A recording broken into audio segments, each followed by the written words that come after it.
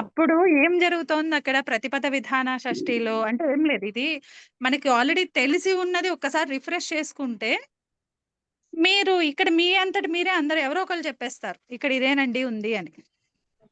అక్కడ ప్రతిపద విధాన షష్ఠి అన్న దగ్గర మనం ఏం చెప్పుకున్నాము?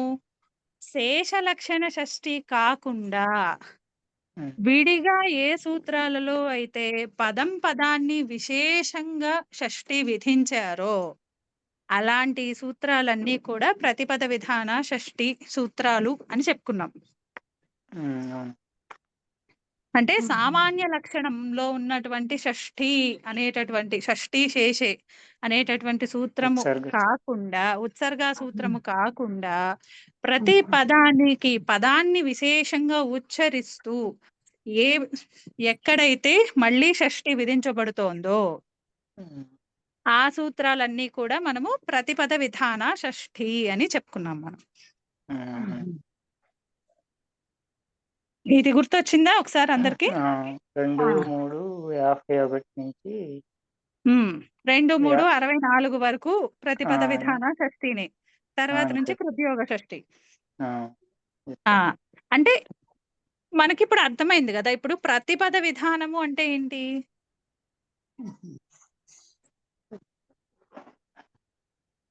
అంటే ఆ పదాన్ని విశేషంగా ఉచ్చరించి ఒక సూత్రం చేత కార్యం చెప్పడము ప్రతిపద విధానం. విధానం అంటే ఇక్కడ ఒక ప్రక్రియ, సూత్రం, శాస్త్రం, ప్రక్రియ. ఓకే ఓకే, అది ప్రతిపదోక్త అంటే. మరి ఇప్పుడు లాక్షణికం అనే పదం వినిపిస్తోంది కదా మనకి. అంటే ఏంటి? లక్షణం, లక్షణానికి సంబంధించింది లాక్షణికం. సూత్రం అనే కాదు, లక్షణం అంటే ఏంటి? లక్ష్యతే అనేనైతే లక్షణం. సూత్రం అంటే అర్థము.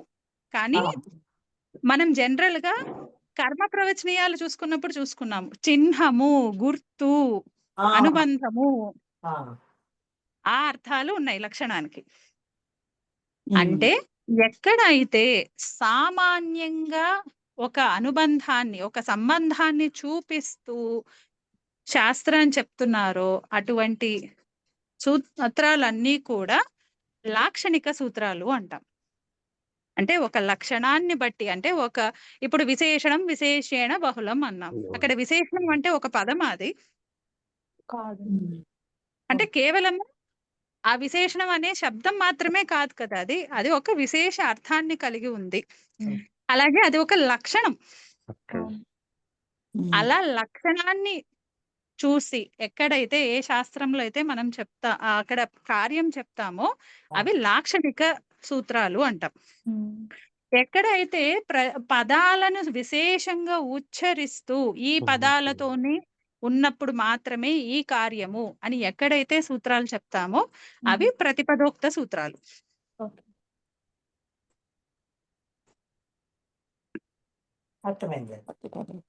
ఓకే, ఇక్కడ మనకి పరిభాష ఎందుకు వస్తోంది? ఇప్పటి వరకు మనం ఎన్కౌంటర్ అయితే పెద్దగా చేయలే కదా ఈ పరిభాషని. ఇక్కడ కాన్ఫ్లిక్ట్ ఎక్కడ వస్తోంది అంటే, మహత్ అనే శబ్దం చేత శబ్దాన్ని ఉచ్చరిస్తూ ఆచార్యుల వారు ఏదైనా సూత్రం చెప్పారా? సమాస విధాయక శాస్త్రంలో మహత్, ఒకసారి చెక్ చేసుకోండి. మహత్ అనే శబ్దము ఉచ్చరిస్తూ సమాస విధాయక సూత్రం ఏమైనా ఉందా? మహత్ పరమో మహత్ సంయోగ అవుతుంది. సమాస విధాయక శాస్త్రంలో సన్మహత్ పరమోత్తమ సన్మహత్ పరమోత్తమోత్కృష్టాః పూజ్యమానైః. అక్కడ ఏ ఏ పదాలను విశేషంగా ఉచ్చరించి చెప్పారు? సత్, మహత్, పరమ, ఉత్తమ, ఉత్కృష్ట. అంటే అవన్నీ విశేషంగా ఉచ్చరిస్తూ వీటికే ఇక్కడ అంటే ఇవి పూర్వపదాలుగా ఉన్నప్పుడు మాత్రమే సమాసము అంటూ ఒక ప్రస్తావన తీసుకొచ్చారు కదా. అంటే ఒక పదాన్ని విశేషంగా లేదా పదాలను విశేషంగా ఉచ్చరిస్తూ ఇక్కడ సమాస విధాయక శాస్త్రాన్ని చెప్పారు. అంటే ఇప్పుడు అన్నారు కదండి, ఉమ్. పూజ్యమానైహి అని కూడా చెప్పారు కదా, అంటే పదం ఒకటే పూజ్యమానైహి కానీ పూజ్యం ఇక్కడ మీకు ఒక డిపెండెన్సీ, ఒక నిమిత్తము సామాన్య నిమిత్తం కాలేదు కదా, రెండు కూడా ఆ, మీకు పూర్వపదాలు ఫిక్స్ అయిపోయినాయి. ఇవి పూర్వపదాలుగా ఆ, ఉన్నప్పుడే ఉన్నప్పుడే ఫిక్స్ అయింది. పూజ్యమానము గమ్యమానం అవుతున్నప్పుడు మాత్రమే మనకి ఈ సమాసం. పదాలు అని ఈ పదాలు ఐ మీన్ ఆ, శబ్దాలు వాట్ ఎవర్ ఉమ్. అంటే ఇవి పూర్వపదాల కింద ఫిక్స్ అయిపోయినాయి. ఫిక్స్ అయిపోయింది. ఇవి అంటే ఇది ఇప్పుడు ఈ పదాలను విశేషంగా ఉచ్చరిస్తూ చెప్తున్నటువంటి సమాస విధాయక శాస్త్రమా కదా. నాకు ఇంకా మరప్పుడు ఇది చిన్న డౌట్ అండి, ఇక్కడే డౌట్ ఉంది, ఇప్పుడే అడుగుతాను, మళ్ళీ మర్చిపోతాను నేను. చెప్పండి. ఇప్పుడు ఈ ఏంటి పూజ్యమానైహి అన్నప్పుడు అక్కడ లక్షణం ఏమి లేదు, లాక్షణికం కాదా అది? లాక్షణికము అంటే పూర్తిగా అసలు మీకు దాని యొక్క ప్రాపర్టీని బేస్ చేసుకునే రావాలంతే. ఇప్పుడు విశేషణం విశేషణ బహుళం అన్నారు చూసారా, అది పూర్తిగా లాక్షణికమే కదా. అది రెండు వైపులా లాక్షణికం అది, రెండు వైపులా. అదే అండి, అది క్లారిఫై అయిపోతే ఇంకా హాయిగా ఉంటుంది. నాకే మరి కాదు అందరికీ ఉండే ఉంటుంది, ఎవరు అడగలేదు. అంటే ఇక్కడ మనం ఫస్ట్ గమనించాల్సింది ఏంటంటే ఈ సన్మహత్ పరమోత్తమోత్కృష్టాః పూజ్యమానైః అనే సూత్రంలో ఆచార్యుల వారు సన్ మహత్ పరమ ఉత్తమ ఉత్కృష్ట అనేటటువంటి శబ్దాలను విశేషంగా పఠనం చేస్తూ సూత్రకథనం చేశారు.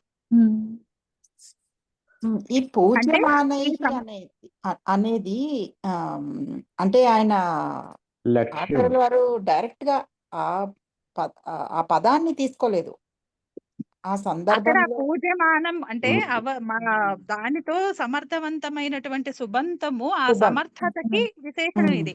అది ఎటువంటి సమర్థత, అది పూజ్యమానంలో ఉండాలి. అంటే దాని చేత మనం అంటే ఆ ద్రవ్యాన్ని మనం గౌరవిస్తున్నప్పుడు మాత్రమే సమాసం.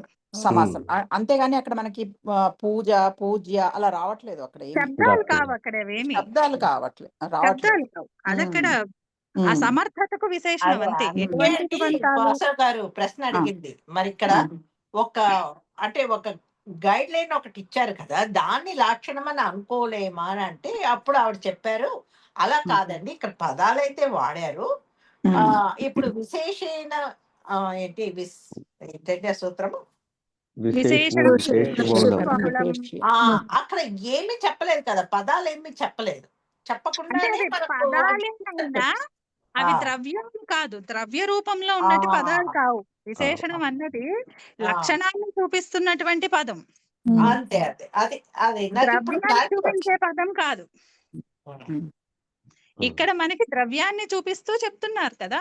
అంటే ఈ సూత్రం చేత కేవలము ఈ 5 పదాలు పూజ్యమానార్థంలో ఉన్నప్పుడు మాత్రమే సమర్థవంతమైన సుబంతంతో సమసిస్తాయి. అంటే ఇవి విశేషంగా చెప్తున్నారు కదా. మనం వీటినే మనం మామూలుగా అపవాద సూత్రాలు అనేస్తున్నాం కదా. విశేషణం విశేషణ బహుళం అనే సూత్రం చేతనే వస్తూ ఉండగా పూర్వ ప్రయోగార్థము ఇదం సూత్రం అని చెప్తాం మనం. అంటే అపవాద సూత్రం కింద తీసుకుంటున్నాం. కాకపోతే ఇక్కడ ఇంకొక పాయింట్ ఏంటంటే ఇక్కడ విశేషంగా ఈ పదాలను ఉచ్చరిస్తూ చెప్పారు కాబట్టి ఇలాంటివన్నీ కూడా ప్రతిపదోక్త శాస్త్రం అవుతుంది. ప్రతిపదోక్త శాస్త్రం. ఇప్పుడు షష్ఠి అనే సూత్రం ఉంది, అప్పుడు అది ఎటువంటి సూత్రం అవుతుంది? అక్కడ షష్ఠి అనే పదం చెప్పారు, కానీ అది ఒక ద్రవ్యాన్ని చూపిస్తున్నటువంటి పదమా లేదా సామాన్యంగా సంబంధాన్ని చూపిస్తున్నటువంటి షష్ఠి ఎంతమా? సామాన్యంగా తీసుకునే సిస్టమ్స్ అంటే అక్కడ సామాన్య గ్రహణమే జరుగుతోంది అక్కడ షష్ఠి అనే దాని చేత. అంటే అక్కడ సంబంధము అనే లక్షణాన్ని అనుసరించుకుని వచ్చేటటువంటి షష్ఠి, అక్కడ సంబంధార్థంలో వచ్చేటటువంటి షష్ఠి. అందుకని అలాంటివన్నీ కూడా మనకి ఈ లాక్షణిక సూత్రాలు అవుతాయి. ఇక్కడ మీరు 2 పదాలు చెప్తున్నారు, లాక్షణికం అని ఒకటి చెప్తున్నారు, ప్రతిపదోక్తం. లాక్షణికం అని ఒకటి చెప్తున్నారు, ప్రతిపదోక్తం అని ఒకటి చెప్తున్నారు. అవునండి. అవునండి. సో ఈ ప్రతిపదోక్తము అనంటే ఆ ఫిజికల్ వర్డ్స్ ఇప్పుడు మీరు అన్నట్టుగా సత్, మహత్, పరమ, ఉత్తమ, ఉత్కృష్ట. ఉమ్.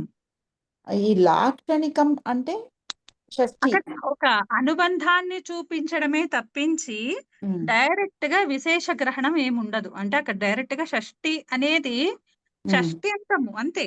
సామాన్యమైనటువంటి ఏ షష్ఠ్యంతమైనా రావచ్చు కదా. రావచ్చు అక్కడ. ఉమ్, అక్కడ ఉమ్, మనకి కండిషన్స్ చెప్పట్లా. అంటే ఉమ్, వీటికే వస్తుంది అనేటటువంటి నియమం లేదు. ఉమ్, ఓకే. ఆ నియమము ద్రవ్యం లెవెల్లో ఉంటే, ఇండివిజువల్ లెవెల్లో ఉంటే అది ప్రతిపదోక్తం అవుతుంది. కేవలము ఉమ్, లక్షణానుసారంగా ఉంది ఇక్కడ. ఇక్కడ అనుబంధంలో షష్ఠి వస్తోంది అంతే. ఉమ్, మహతః పుత్రః, అక్కడ షష్ఠి మహతః అన్నది ఎందుకు వస్తోంది? ఆ పుత్ర శబ్దంలో తో ఇక్కడ అనుబంధం ఉంది.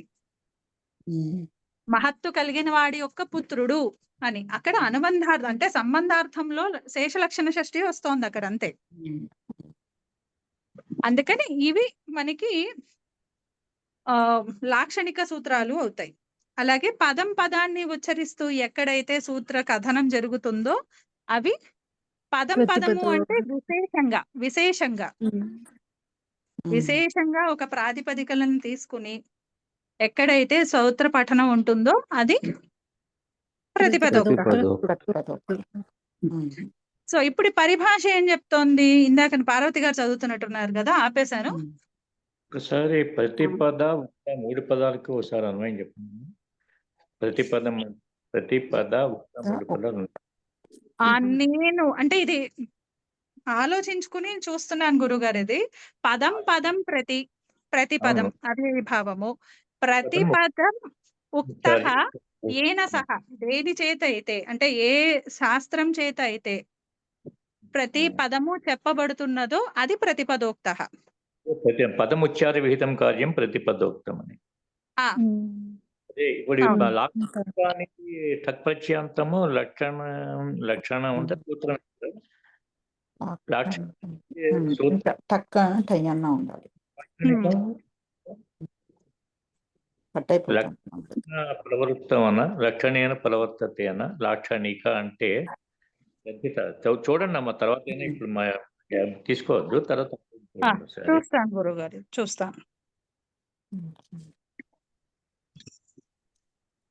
సో ఇప్పుడు ఈ 2 పదాల మీద అయితే అందరికీ క్లియర్ గా ఉందండి. లాక్షణిక సూత్రాలు అంటే ఏంటి, ప్రతిపదోక్త సూత్రాలు అంటే ఏంటి? క్లియర్ అండి. సో ఇప్పుడు మనకి ఆన్ మహతః అని చెప్పారు. అక్కడ మహత్ అన్నది పూర్వపదము అని చెప్పారు కదా. ఇప్పుడు ఇక్కడ మహత్ పూర్వపదములో ఉన్నప్పుడు మనమే 2 టైప్ ఆఫ్ ఎగ్జాంపుల్స్ చెప్పుకున్నాం. ఏది? ఇప్పుడు మహాన్ రాజా అని చెప్పి సమానాధికరణంలో చెప్పుకున్నాము. అలాగే మహత్యాహ సేవ లేదా మహతః సేవ, మహతః పుత్రః అని అసమానాధికరణంలో కూడా మనం చెప్పుకున్నాం కదా. ఇప్పుడు ఇక్కడ ఈ పరిభాష ఏం చెప్తోంది అంటే, అలా లక్షణము అంటే లాక్షిక సూత్రము అయినటువంటి షష్ఠి, అలాగే ప్రతిపదోక్త సూత్రము అయినటువంటి సన్మహత్ పరమోత్తమోత్కృష్టాహ రెండు అక్కడ ఉంటే గనక ఆ రెండిటిలో ప్రతిపదోక్తస్య ఏవ గ్రహణం. అంటే ఈ సూత్రం అంటే ఈ సన్మహత్ పరమోత్తమోత్కృష్టాహ పూజ్యమానైః అనేటటువంటి ప్రతిపదోక్త మహత్ యొక్క ప్రతిపదోక్త సూత్రం చేత సమాసం చేసినప్పుడు మాత్రమే ఆత్వం సిద్ధిస్తుంది.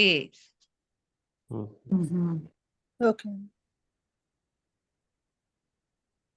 అసలు సమానాధికరణం అన్నది చెప్పక్కర్లేదు అంటారు. మరి సమానాధికరణం చెప్పక్కర్లేదు అంటే ఈ ప్రతిపదోక్తము చూస్తే మీరు ఒకసారి ప్రతిపదోక్త సూత్రం ఆ సన్మహత పరమోత్తమోత్కృష్టాహ పూజ్యమానైః సూత్రం చూస్తే అనువృత్తిలో ఏముంది ఆ సూత్రానికి? సమానాధికరణం.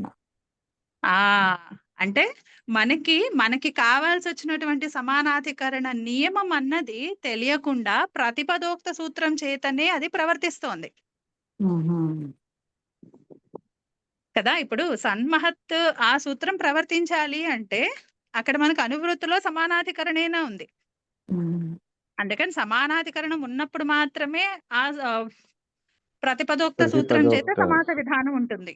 ఉమ్, అక్కడ ఆల్రెడీ ఎన్ఫోర్స్ చేసేస్తోంది కదా! అలాంటప్పుడు ఈ పరిభాష ఉపయోగించుకుంటే లక్షణ ప్రతిపదోక్తయోః ప్రతిపదోక్తస్య ఏవ గ్రహణం అనే పరిభాషని వినియోగించుకుంటే అసలు ఇక్కడ సమానాధికరణం అనేటటువంటి శబ్దమే అవసరం లేదు.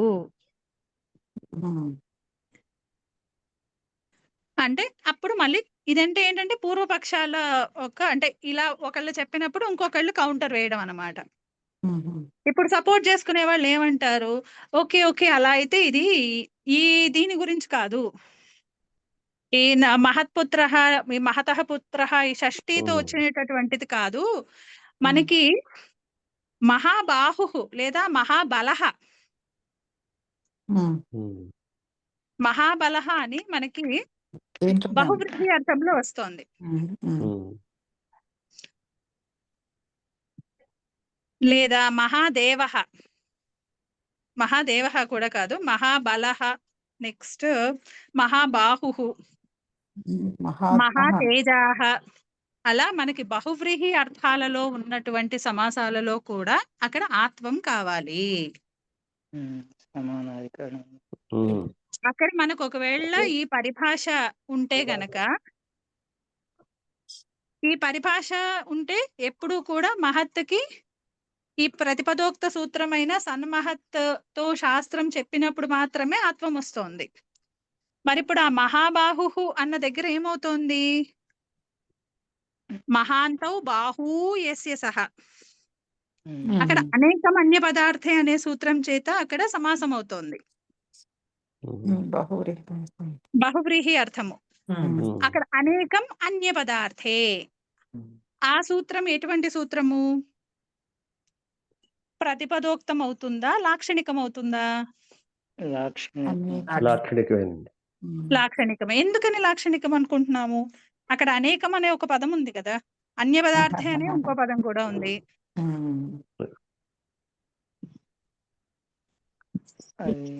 అంటే అర్థాలు చెప్పలేదు కదా. అంటే అది ఇన్ జనరల్ అనేకము చెప్తున్నది అనే కదండి. ఫిజికల్ వర్డ్ ని చూపించట్లేదు అది. ద్రవ్యాన్ని అంటే విశిష్టంగా ఏం చెప్పట్లేదు, చెప్పలేదు. చెప్పట్లేదు. అలానే ఇక్కడ ఆ సంబంధాన్ని చూపిస్తున్నారు అంతే. అనేకం సుబంతం అన్యార్థే సమస్యతే, అన్య పదార్థే సమస్యతే అని ఒక అంటే అర్థ ప్రధానతను చూపిస్తున్నారు అక్కడ అంతే. అంతేగాని పదము అంటే, అందుకని ప్రతిపద విధానము అంటే కేవలము పదము అంటే నార్మల్ పదాలు అని కాదు, విశేషంగా దానిని ప్రాతిపదిక గ్రహించినప్పుడు మాత్రమే మనం ప్రతిపద విధానము అని చెప్తాం. అక్కడ ఒక విశేషం ఉండాలి, సామాన్యంగా ఉంటే సరిపోదు. సో ఇప్పుడు అందుకని అనేకం అన్య పదార్థే అంటే లాక్షణికం అయిపోయింది. మరి ఇప్పుడు లాక్షణికం అయితే ఇప్పుడు లక్షణ ప్రతిపదయోక్తయోః ప్రతిపదోక్తస్య ఏవ గ్రహణం అనే పరిభాష చేత ఈ మహాంతౌ బాహు యస్య సహ అనే చోట కూడా అక్కడ ఆత్వం సిద్ధిస్తుందా సిద్ధించదా? ఆ పరిభాష తీస్తే కన్సిడర్ చేస్తే సిద్ధించట్లేదు, సిద్ధించట్లేదు. అప్పుడు అందుకని ఏం చెప్తారంటే, ఓకే ఓకే ఇక్కడ మహతః పుత్రః మహత్పుత్రః ఇలా షష్ట్యంతాలకు కాదు, బహువ్రీహి అర్థంలో సమాసం చేసినప్పుడు మాకు మహాబలః మహాతేజాః మహాబాహుః ఇలా చాలా పదాలు ఉన్నాయి, మహావీరః, అలాంటి శిష్య రూపాలన్నింటికి కూడా కరెక్ట్. మహాబ్రహ్మ అది సమానాధికరణమే కదా, అక్కడ బ్రహ్మం చెప్పి బ్రాహ్మణార్థమే ఉంటుంది, విప్రార్థంలో ఉంటుంది. చెప్తున్నారు. Okay okay. సో అలా బహువ్రీహి అర్థంలో ఉన్నప్పుడు ఈ పరిభాషను గ్రహిస్తే సిద్ధించట్లేదు. అందుకని ఇక్కడ సమానాధికరణం అన్నది కావాలి. ఇక్కడ సమానాధికరణము అని చెప్పి ఆచార్యుల వారు ఉచ్చారణ సామర్థ్యం చేతనే ఆ లక్షణ ప్రతిపదోక్తయోః ప్రతిపదోక్తస్య ఏవ గ్రహణం అనే పరిభాష ఇక్కడ అనిత్యము. అని ఇచ్చింది. అని ఇక్కడ అందుకని చూపించారు. బహువ్రీహిలో కూడా అంటే బహువ్రీహి అన్య పదార్థంలో కూడా మహాబాహు, మహావీర, మహాబల అనేటటువంటి రూపాలలో కూడా ఈ పరిభాషని బైపాస్ చేసి మనకి ఆత్వం సిద్ధించాలి. ఆ బైపాస్ చేయటానికి మనకు ఒక ప్రమాణం కావాలి. ఒక పరిభాష ఉంది, దాన్ని తప్పించాలి అంటే మనకు ఒక ప్రమాణం కావాలి. ఆ ప్రమాణం ఏమిటి? ఇక్కడ ఆచార్యుల వారు ఆల్రెడీ మనకి ఆ పరిభాషను అప్లై చేస్తేనే మనకి సమానాధికరణం అన్నది తెలిసిపోతోంది. అలా తెలిసిపోతూ ఉన్నా సరే ఇక్కడ దానిని స్వయంగా ఆయన ఉచ్చరించడం చేత, ఆ ఉచ్చారణ సామర్థ్యం చేతనే ఈ ఆన్మహతః సమానాధికరణ జాతీయయోః అనే సూత్రంలో ఈ లక్షణ ప్రతిపదోక్తయోః ప్రతిపదోక్తస్య ఏవ గ్రహణం అనే పరిభాషని ప్రవర్తించదు అని చెప్పడానికి ఒక జ్ఞాపకము. బాగుందండి, బాగుందండి. ఇది ఏంటంటే కొంతవరకు వెళ్ళి అక్కడ కొద్దిగా క్లారిటీ లేక ఆగిపోయి, మళ్ళీ చదివి క్లారిటీ లేక ఆగిపోయి అలా ఉన్నాను. ఈ రోజు అర్థమైంది బాగా. I was waiting. Lakshmi Shweta గారి జ్ఞాపకము అంటే ఇక్కడ మీనింగ్ ఎలా తీసుకున్నారు? అంటే ఇది గుర్తు చేస్తుంది. ఇప్పుడు గుర్తు మనం చేస్తుంది. పరిభాష వర్తించట్లేదు అని చెప్పాలి అంటే మనం ఒకటి చూపించాలి అక్కడ. అదే ఓకే.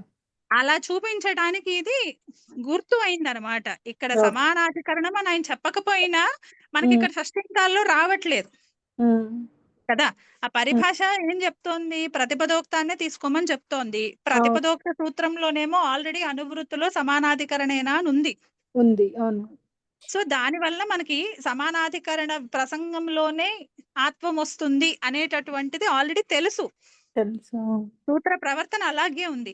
మరి అలా ఉన్నప్పుడు ఇక్కడ విశేషంగా మళ్ళీ ఆచార్యుల వారు పఠించారు అంటే ఆ దాని యొక్క శబ్ద ఉచ్చారణ సామర్థ్యం చేతనే ఇక్కడ ఆ లక్షణ ప్రతిపదోక్త పరిభాష అన్నది ప్రవర్తించదు.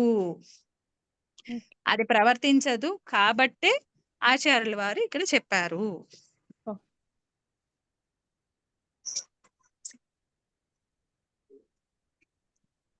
సరే, ఇప్పుడు ఒక చిన్న ఎక్సర్సైజ్, ఒక 5 నిమిషాలండి అంతే. ఇంకంతకు మించి మళ్ళీ రేపు డిస్కస్ చేసుకుందాము. ఒక చిన్న ఎక్సర్సైజ్. ఘూసంజ్ఞ ఉంది కదా,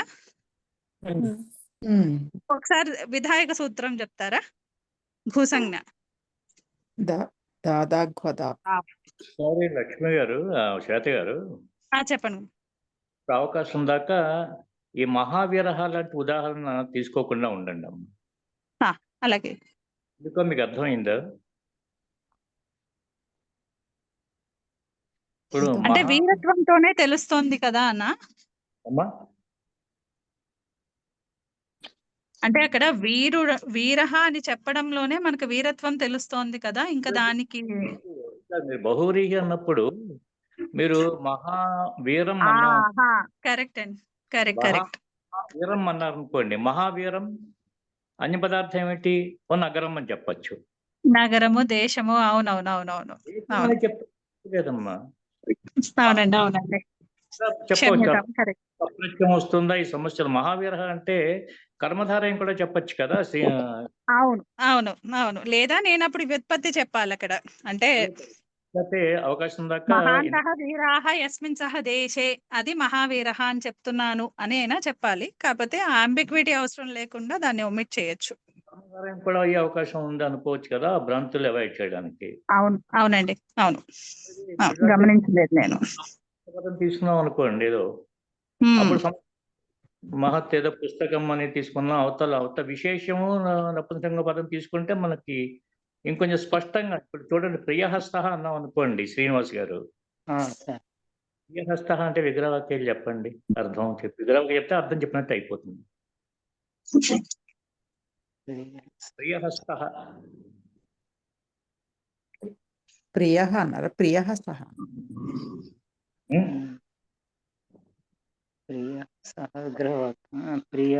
ఇప్పుడు మహత్ శబ్దంతో కలిపి దాన్ని యాడ్ చేసి చెప్పమన్నట్టున్నారు.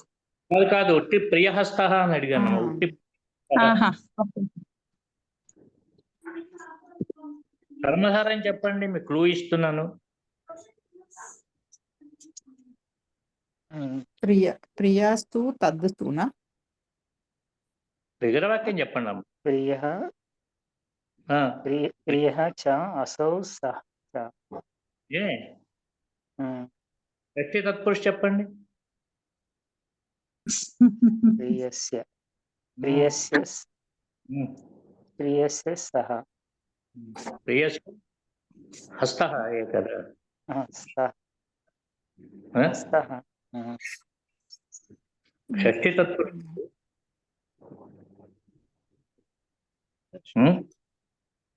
అస్తస్య అస్తస్య షష్ఠీ తత్పురుష ప్రియ షష్ఠి అంతం అదే షష్ఠి తత్పురుష చెప్పమంటున్నారండి. అప్పుడు పూర్వపదం షష్ఠి అంతం అవ్వాలి కదా. ప్రియస్య హస్త ఉమ్. ఇదే ప్రియస్య హస్త. అంటే అర్థాలు మారుతున్నాయి కదా, అందుకని అది గమనించమని అడిగారు. అదే అంటే ప్రియహస్త అంటే మనం కేవలం బహురీహికే అనుకోలేదు. అయితే అలాంటి కాకుండా బహురీకి తెలుసుకున్నప్పుడు మనం ఇవ్వచ్చు కదమ్మా. అవునండి. అలాంటి మనం ఉదాహరణ తీసుకున్నట్లయితే, లేకపోతే ఎవరి మనసులోనో తెలియదు అంబిగ్విటీ వస్తుంది. అవును. అవ్వచ్చు కదా శ్రీనివాస్ గారు. అవును. మరి అవునండి. బహురీహి చేశారు. బహురీహి కాదని అట్ట బహురీహి అయినట్టు సమస్య ఏమిటంటే, ఇప్పుడు కప్రత్యం వికల్పంగా చెప్పారమ్మా. అదే మహావీర అంటే అవును గురుగారు. కూడా శేషాద్రి భాషతో మళ్ళీ వికల్పము 2 రూపాయలు తీసుకోవాలి అప్పుడు. అంటే బహురీ సమాసాలు 3-4 సూత్రాలు ఉన్నాయి. అంటే ఇది కూడా మనం గమనిస్తూ ఉండాలమ్మా. అంచేత కాకుండా అంటే మిగతా సమాసం కూడా అవ్వచ్చు కదా అనేటువంటి దానికి ఎగ్జాంపుల్ ఇవ్వకుండా ఉంటే కొంచెం కొంచెం గట్టి ఏమంటారు ఖచ్చితంగా ఉంటుంది. అవునండి. అవును. అవును. సంతోషించండి. అంటే చాలా మంది ఖచ్చితం అంటారు కదా. గానే అర్థంలో ఖచ్చితము అని సంస్కృత పదం అది. ఖచ్చితం. వినారా? విన్నాం సార్. జ్యోతి గారు ఇప్పుడే విన్నాను గురువు గారు. అది ఖచ్చితం అన్నారు కదా. పూర్వం విన్నారు మీరు. మీకు అప్పుడు కొంచెం దాని మీద అటెన్షన్ లేదు కానీ విన్నారు మీరు పూర్వం. ఈ ఖచ్చితము ఎక్కడ వాడతారు? ఏ సమాసంలో? పదం చెప్పండి. ఖచ్చితమున వాడుతావు పదం చెప్పండి. రత్న ఖచ్చితము. మరి కరెక్టే గురువు గారు. మరి నేను ఇన్కరెక్ట్ చెప్తాను. బ్రహ్మర్ గారు చూసారా, ఆవిడ కరెక్ట్. అయ్యో ఇంకా నా ఉద్దేశం అలా అని కాదు గురువు గారు. అంటే అసలు బల్బు వెలిగింది అక్కడ. అది కరెక్ట్. నా బల్బు వెలిగింది. 1000 వాట్ బల్బు వెలిగింది అక్కడ. పరిహాస విజల్పితం సఖి పరమార్థేన న గృహ్యతాం వచః. రత్న ఖచ్చిత సింహాసనము, రత్న ఖచ్చిత అంగుళీయకం ఇలాంటివి వెళ్ళలేదమ్మా. దాంతో పొదిగి ఉన్నది అని వాటితో కొంచెం ఎక్కువగా ఉన్నట్టయితే ఆ రాయి దాంట్లో స్టోన్ ఉండకుండా వచ్చేస్తుంది. ఆ మూలతో చిన్నగా ఉంటే అసలు అది స్టడ్ చేయలేము మనం ఈ రాయిని. అవును. అంటూ ఉంటాం. ఆ ఖచ్చితం అనే పదాన్ని ఖచ్చితం అని అనకూడదు. అంటే ఇప్పుడు వాడండి. 2 పదాలు ఒక్కటే అంటారా? ఇప్పుడు ఖచ్చితం అనే పదం లేదా అయితే? ఖచ్చితము అంటే చా కింద చా అంటే తెలుగు పదం అయిపోతుంది కదమ్మా. తెలుగు పదంలో ఖా అనే ద్వితీయ చతుర్థ వర్ణాలు ఉండవు కదా తెలుగు భాషలో. అంచేత కాని కా చేసి తద్భవ పదాన్ని ఖచ్చితము అనండి, లేదా ఖచ్చిత పదం తత్సమ పదమైనా వాడండి. అర్థమైంది గురువు గారు. ఖచ్చితమే వాడండి అమ్మా. ఖచ్చితం ఉదాహరణలు ఇద్దాం మనం. అంటే ఖచ్చితవత్ అనమాట. ఖచ్చితవత్ ఏదో అనమాట. అవును. లేదా ఖచ్చితము అని వాడండి. తద్భవ పదం అనుకోవచ్చు. అంటే అగ్నిలోంచి అగ్గి అని వచ్చినట్టుగా. అగ్ని తత్సమం అగ్గి అని కూడా తద్భవ పదం వాడతాం కదా. ఖచ్చితము అని వాడుకోండి. ఇప్పుడు ప్రకృతి వికృతులని ఆ పదం అంటారా గురువు గారిది? నాకు తెలుగు మీద కూడా అంత అవగాహన లేదు, అందుకని అడుగుతున్నా. ఇప్పుడు తత్సమ పదాలు అని అన్నారు కదా, మనం ప్రకృతి వికృతి అని చదువుకుంటాం కదా చిన్నప్పుడు, అలాంటి భావం అది సుమారుగా. అంతేగాని ప్రకృతి వికృతి అనడం కంటే తత్సమము తద్భవం అనే పదాలు అందంగా ఉంటాయండి. ఖచ్చితంగా. అలాగే అండి. తత్సమ పదము తద్భవ పదం. అంటే తత్ అంటే దేనితోటి సంస్కృత ప్రాతిపదికతో ఉండేటువంటి తత్సమము. తత్ అంటే తేన సమం. ఓహో! తేన సమము. ఆ తేన అన్నది ఇక్కడ రిఫరెన్సా? ఓకే. అంటే సంస్కృత ప్రాతిపదికేన సమం, తత్సమం. ఆ! ఇది తద్భవం అంటే తస్మాత్ భవః. తత్ సంస్కృత ఆ! పద ఓకే. ప్రాతిపదికాత్ భవః తద్భవః అన్నమాట. హుహు. ఓకే. తస్మాత్ భవ. ఓకే. అంటే సమాన ప్రాతిపదిక. అగ్ని సంస్కృత ప్రాతిపదిక. తెలుగులో అదే ఏ చిన్న పొల్లు కూడా తీయకుండా అగ్నినే ప్రాతిపదిక తీసుకొని తెలుగులో ప్రత్యయం చేసి అగ్ని అంటే తత్సమము అంటాం. అంటే సంస్కృత ప్రాతిపదిక సమము అన్నమాట. హ్మ్. తద్భవం అంటే ఏమంటాం? అగ్గి అంటాం. మరి నా ఆ! పోయి గాకి అవును. క్రితం చిన్న మార్పు వచ్చింది కదమ్మా. అవును. అవును. అంటే అంటే సంస్కృత ప్రాతిపదిక కంటే మరి కొంచెం ఏదో ప్రత్యయాలు చేరి అక్కడ వికారంగా వచ్చింది. ప్రత్యయాలు అదే అధికారం వచ్చిందైతే ప్రత్యయం అనుకోండి, పర్వాలేదు. హ్మ్. ఇప్పుడు హ్మ్. సినిమాలో తప్ప తల్లి కూతురు ఒకేలా ఉండరు కదండి. జీవంత రంగాల్లో తల్లి కూతురు ఒకేలా ఉంటారు ఏమిటి సినిమాల్లో. కానీ తల్లి కంటే కూతురు కొంచెం పోలిక ఉంటుంది తప్ప పూర్తిగా ఫోటోగ్రాఫ్ తీసినట్టు ఉంటుందా? ఉండదు కదా. హ్మ్. తత్సమము తద్భవము. ఇప్పుడు చూడండి ఆకాశ ఉంది. తత్సమం అంటే హ్మ్. ఏమంటాం? ఆకాశము. ఆకాశం. ఆకాశము అన్నారు అనుకోండి, ఒక అక్షరం మారిపోయిందిగా. ఆకాశము. ఆకాశము. అది తద్భవ పదం అవుతున్నప్పుడు. హ్మ్. అలాగే మీరు ఖచ్చితము అన్నారు అనుకోండి, ఖచ్చిత అని చకారంగా ఇంకో చకారం పెట్టామంటే తత్సమం అంటే సంస్కృతంలో ఖచ్చిత అని పదం. హ్మ్. అయితే ఖచ్చితము అని వాడాలి. తద్భవం అయితే ఖచ్చితము కాని. అప్పుడు ఎందుకంటే అప్పుడు అల్ప ప్రాణం కూడా రావాలి అప్పుడు. ఖచ్చితము. అంటే మహాప్రాణం రాదు కదా! ఇప్పుడు మనకు తెలుగులో అల్ప బాగా ప్రాణం అయింది అక్కడ. అన్నారు, బాగా గమనిస్తున్నారు. మహాప్రాణం అంటే ఏ అక్షరాలు చెప్తాము సాధారణంగా మనం? అంటే వర్గ ద్వితీయ చతుర్థాక్షరాలు. ఇంకా ఇంకా శేషాసరులు. అమ్మా అమ్మో! పర్వాలేదు. ఇవన్నీ మీ ఎప్పుడప్పుడే ఏదో ఉంటాను. మీరు ఒక సోదరుడిగా భావించిన తప్ప మీరు అమ్మో అయ్యో అన్నది తల్లి. అలా అని కాదండి. అంటే వెంటనే తప్పు చెప్పానేమో అనిపించింది. అందుకని ఆలోచిస్తున్నాను అంతే. అంటే మీరందరూ సంస్కృతం, ఇంగ్లీషు, హిందీ అన్నీ వచ్చిన తెలుగే దురదృష్టం మనకి రాదమ్మా తెలుగు వాళ్ళకి. తెలుగు వాళ్ళు నేను చాలా సార్లు చెప్తాను క్లాస్‌లో, తెలుగు వాళ్ళకి తెలుగు పదాలే మనకు తెలియట్లేదు. మిగతావన్నీ తెలుస్తున్నాయి తప్ప. మీరు నమ్మరు, ప్రొఫెసర్లు కూడా డు, ము, వు అని ప్రత్యయాలు దేనికి చేయాలో చెప్పలేరమ్మా లెక్చరర్స్‌గా. అర్థమవుతుందమ్మా? హ్మ్. ఇప్పుడు మహాప్రాణం అంటే బాగా చెప్పారు. శశాలు 1 అర్థమైంది కదండి. హ్మ్. ఇంకా అదే ద్వితీయ చతుర్థ వర్ణాలు అన్నారు కదా. హ్మ్. ఆ 10 మహాప్రాణాలు అన్నారు. అయితే ఇక్కడ మనం చేసి ఇంకో పొరపాటు చెప్తాను. అది కూడా మీకు మీ టైం అయిపోతుందేమో నాకు తెలీదు. ఈ శషసాలు ఉన్నాయి కదండి. ఆ! దాంట్లో శాషాలు కూడా మహాప్రాణాలుగానే గమనిస్తాం. సకారం కూడా శషసహాలు కూడా. హ్మ్. తెలియదు మనకి ద్వితీయ చతుర్థ వర్ణాలు మాత్రమే మహాప్రాణాలు అనుకుంటున్నారు. ఊష్మ వర్ణాలు కూడా. హ్మ్. సో మొత్తం అవేమో మీరు చెప్పిన 5 రెట్లు 10 వచ్చాయి కదా. 14 హ్మ్. కానీ మహాప్రాణం అంటే ఒత్తుంటేనే మహాప్రాణం అంటే ద్వితీయ చతుర్థ వర్ణాలే మహాప్రాణం అంటున్నాం మనం. కాదు, అది కరెక్ట్ కాదు. ఓహ్! అర్థమైందమ్మా? అయితే ఓకే. ఓకే. అయితే తెలియకుండా కరెక్ట్ చెప్పానన్నమాట. ఇప్పుడు తెలియాలి. ఓకే. ఎందుకంటే మీకు శలహ ఊష్మాణః దీంట్లో వివార సంవార శ్వాసోనాదో ఆ! ఘోషో ఆ ప్రయత్నాలదే గుర్తొచ్చే అక్కడి నుంచే వచ్చాను నేను. కాకపోతే ఓకే. అవునమ్మా. అయితే అర్థమైంది. అన్యాయం ఏమిటంటే ఇప్పుడు మహాప్రాణం అంటే ఇప్పుడు ఏదో దట్టి మహత్ హిమ అన్నానుకోండమ్మా. మహద్ హిమ. హ్మ్. ఈ దకార స్థానంలో ఏమొస్తుంది? హకార స్థానంలో ఏమొస్తుంది అంటే ఏమంటాం మనం? ధకారం వస్తుంది, మహాప్రాణ ప్రయత్నం అంటున్నాం. మహాప్రాణం అని. పూర్వ సవర్ణం వస్తుంది కదా! హకార స్థానంలో. బాగా చెప్పారు తల్లి. నేను చెప్పేది అదే అంటున్నాను. పూర్వ సవర్ణం వస్తుంది అంటే పూర్వ సవర్ణం బానే ఉంది. పూర్వ సవర్ణం అంటే దకారం తవర్గ హ్మ్. కదా.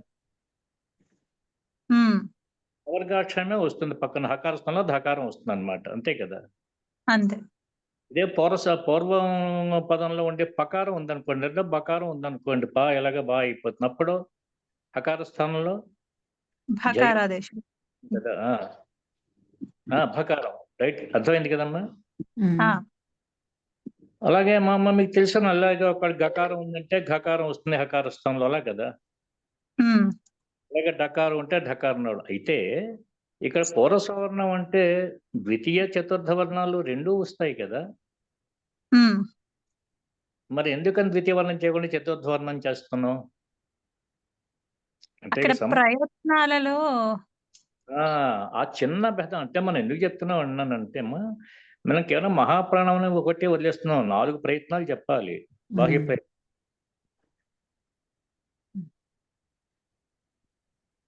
మహాప్రాణం ఒకటే ఉండదు కదమ్మా. ప్రయత్నాలు.